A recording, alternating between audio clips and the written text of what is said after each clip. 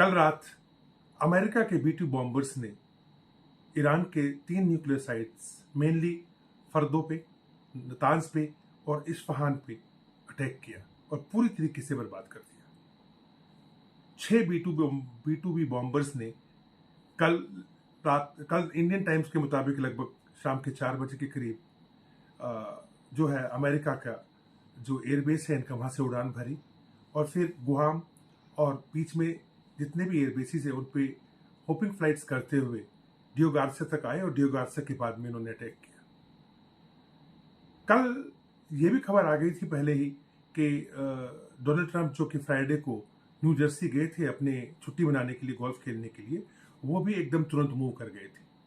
और इस पूरे घटनाक्रम को कल ना सिर्फ डोनाल्ड ट्रंप ने सिचुएशन रूम में बैठ के पूरा मॉनिटर किया, बल्कि उनके साथ में वाइस प्रेसिडेंट जेडी बेंस थे, secretary of state Marco Rubio भी साथ में थे और डिफेंस सेक्रेटरी भी थे।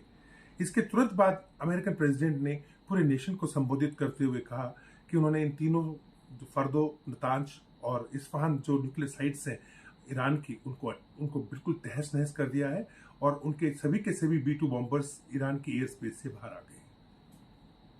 जी, तो इससे लगता है कि कहीं न कहीं युद्ध भड़केगा, और क्योंकि ईरान और इज़राइल का तो युद्ध चल ही रहा था, उसमें अमेरिका भी बीच में आ गया है और कहीं न कहीं चीन और रूस भी ईरान को सपोर्ट कर रहे हैं, और रूस ने तो धमकी तक दी थी कि अगर अमेरिका को इसमें कूदा तो हम एक्शन लेंगे।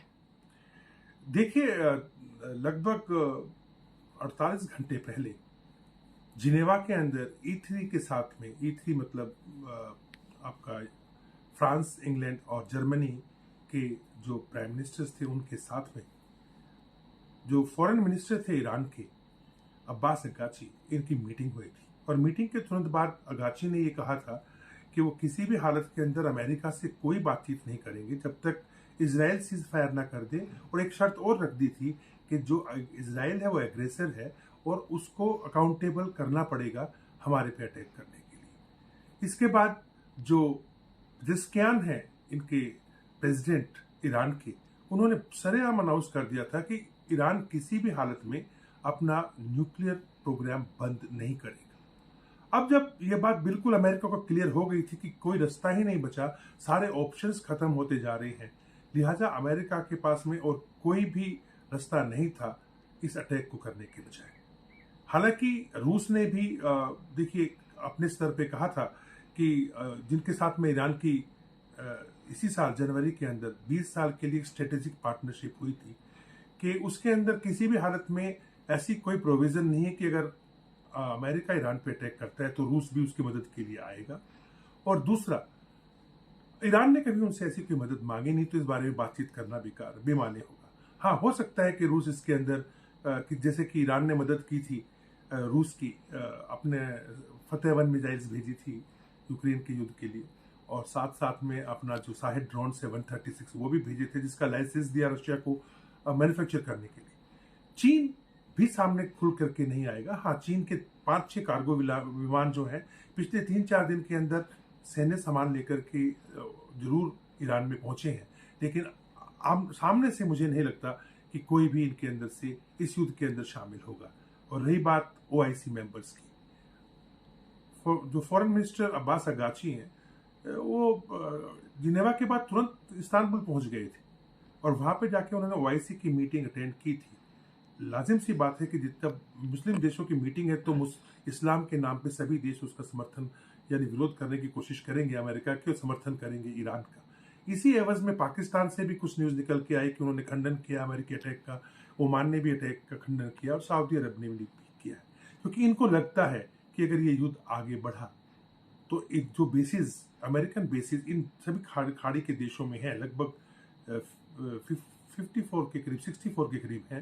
15 इनमें से जो है वो मेन बेसिस है। 50,000 के करीब अमेरिकन ट्रुप्स यहाँ बैठे हुए हैं।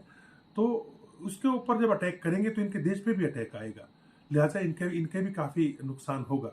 तो ऐसी स्थिति से ये लोग बचना चाहते हैं, नहीं चाहते कि ये युद्ध इनकी दहलीज तक पहुंच जाए। तो स्टेट ऑफ हॉर्मूज को भी ब्लॉक करने की तैयारी है ईरान की तरफ से, और शुरू भी कर दिया गया है, और यहाँ तक कि हूती और हिजबुल्लाह ने भी बोल दिया है कि वो आधिकारिक तौर पर युद्ध में जा रहे हैं। तो देखिए, जहां तक सवाल है अब ईरान क्या करेगा और ये युद्ध कहाँ जाएगा।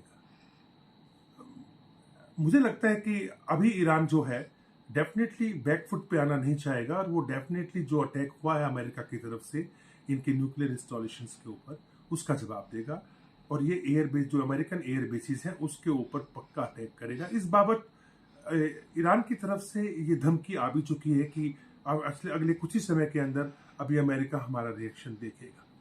लेकिन अगर ऐसा होता है तो ये युद्ध बहुत बहुत ज्यादा खतरनाक मोड़ ले लेगा और ऊपर के लेवल पे चला जाएगा। वहीं दूसरी ओर ईरान ने जो है धमकी ये भी दी है कि वो स्टेट ऑफ हॉर्मोज जहाँ से पूरी दुनिया का लगभग 30% के करीब ऑयल जाता है, जो ट्रेड रूट है उसको वो बाधित करेगा। उसकी जो सीक्रेट नेवल बेस है वहां से इन्होंने पेट्रोलिंग और एक्सरसाइज करना ईरान ने शुरू कर दिया था। एक इंग्लैंड की एक जो डिस्ट्रॉयर था शिप थी उसको भी रोकने की कोशिश की। इसके एवज में अमेरिका ने पहले ही वहां पे 4 से ज्यादा अपने माइन स्वीपर जो नेवल शिप्स हैं वो वहां पे लगा दिए हैं। अमेरिका को भी इस बारे में पता है कि यहाँ कुछ ना कुछ ये गड़बड़ी ईरान जरूर करेगा। और युद्ध का जो क्षेत्र है वो सिर्फ नॉर्दर्न ईरान में ही नहीं जहाँ पे इनके इंस्टॉलेशंस हैं, बल्कि ये युद्ध का जो क्षेत्र है ये अब स्टेट ऑफ हॉर्मोज की तरफ भी बड़ी मात्रा के अंदर खुल जाएगा। दुनिया में तेल की कीमत बढ़ जाएंगी, तेल का आवागमन थोड़ा रुक जाएगा, लेकिन जब तक ये युद्ध चल रहा है जो कि मुझे लगता है कि थोड़ा लंबा ही खींचेगा, तो ये चीजें दुनिया को सहन करनी पड़ेगी। अमेरिका का जहां तक सवाल है, अब इसके बाद में कहीं न कहीं देखा जा रहा है कि ईरान की जो पावर है उसको अंडर एस्टिमेट किया जा रहा है अमेरिका और इज़राइल की तरफ से, क्योंकि इज़राइल में जो जब से युद्ध शुरू हुआ 13 जून से, उसके बाद देखा जा रहा है कि ईरान की तरफ से जो पलटवार हुआ है, भयंकर ही पलटवार हुए हैं और काफ़ी तबाही मची है। तेल अवीव हो, चाहे हाइफा हो, चाहे कोई और शहर हो। तो इसके बाद कुछ और देखने को मिलेगा ईरान की तरफ से अभी अमेरिका और इज़राइल में? देखिए, बात डेफिनेट है कि इजराइल को इतनी उम्मीद नहीं थी कि जिस प्रकार से अभी तबाही हो रही है इजराइल के अंदर ईरान की मिसाइल से वैसा होगा। उन्हें आयरन डोम के ऊपर काफी भरोसा था, लेकिन सॉलिड जो फ्यूल मिसाइल्स हैं ईरान की, खासकर खैबर जो कि बैलिस्टिक मिसाइल है, इमाद और खुर्रम शहर जो कि एक हाइपरसोनिक मिसाइल्स है, ये देखा गया है कि जो एफिशिएंसी आयरन डोम या डेविड स्लिंग या बाकी डिफेंस सिस्टम्स की थी, इंक्लूडिंग पैट्रियट जो लगे हुए हैं अमेरिका के, वो 90% के बजाय 55% तक ही अटैक्स को रोक पाए हैं। यही कारण है कि हाइफा हो, चाहे तेल अवीव हो या जेरूसलम हो या सदर्न इसराइल हो, वहां पे काफी तबाही हुई है। जान माल का नुकसान कम हुआ लेकिन तबाही हुई है। दूसरा, इसराइल ने कभी अभी तक ईरान के किसी सिविलियन इंस्टॉलेशंस के ऊपर अटैक नहीं किया है। इन्होंने कमांडर्स को मारा है, मुसाद जो इनकी इंटेलिजेंस एजेंसी है उसकी खबर के मुताबिक, लेकिन वो बहुत प्रिसाइज और पिन पॉइंट अटैक हुए हैं। बिल्डिंग के अंदर भी फ्लैट पे अटैक हुआ है। काफी मात्रा में इसराइल ने साइंटिस्ट 14 से ज्यादा न्यूक्लियर साइंटिस्ट को ठिकाने लगाया है। 25-30 के करीब इनके जो टॉप जनरल्स थे सब के सब उन्होंने ठिकाने पे लगा दिए हैं। खुमैनी भी छुप करके जो है वो बैठा हुआ है 15 किलोमीटर दूर तेहरान से किसी सीक्रेट बंकर के अंदर, जिसको आईआरजीसी ने प्रोटेक्ट, इस्लामिक रिवॉल्यूशन गार्ड जिसको प्रोटेक्ट कर रही है। लेकिन अब जिस प्रकार से ईरान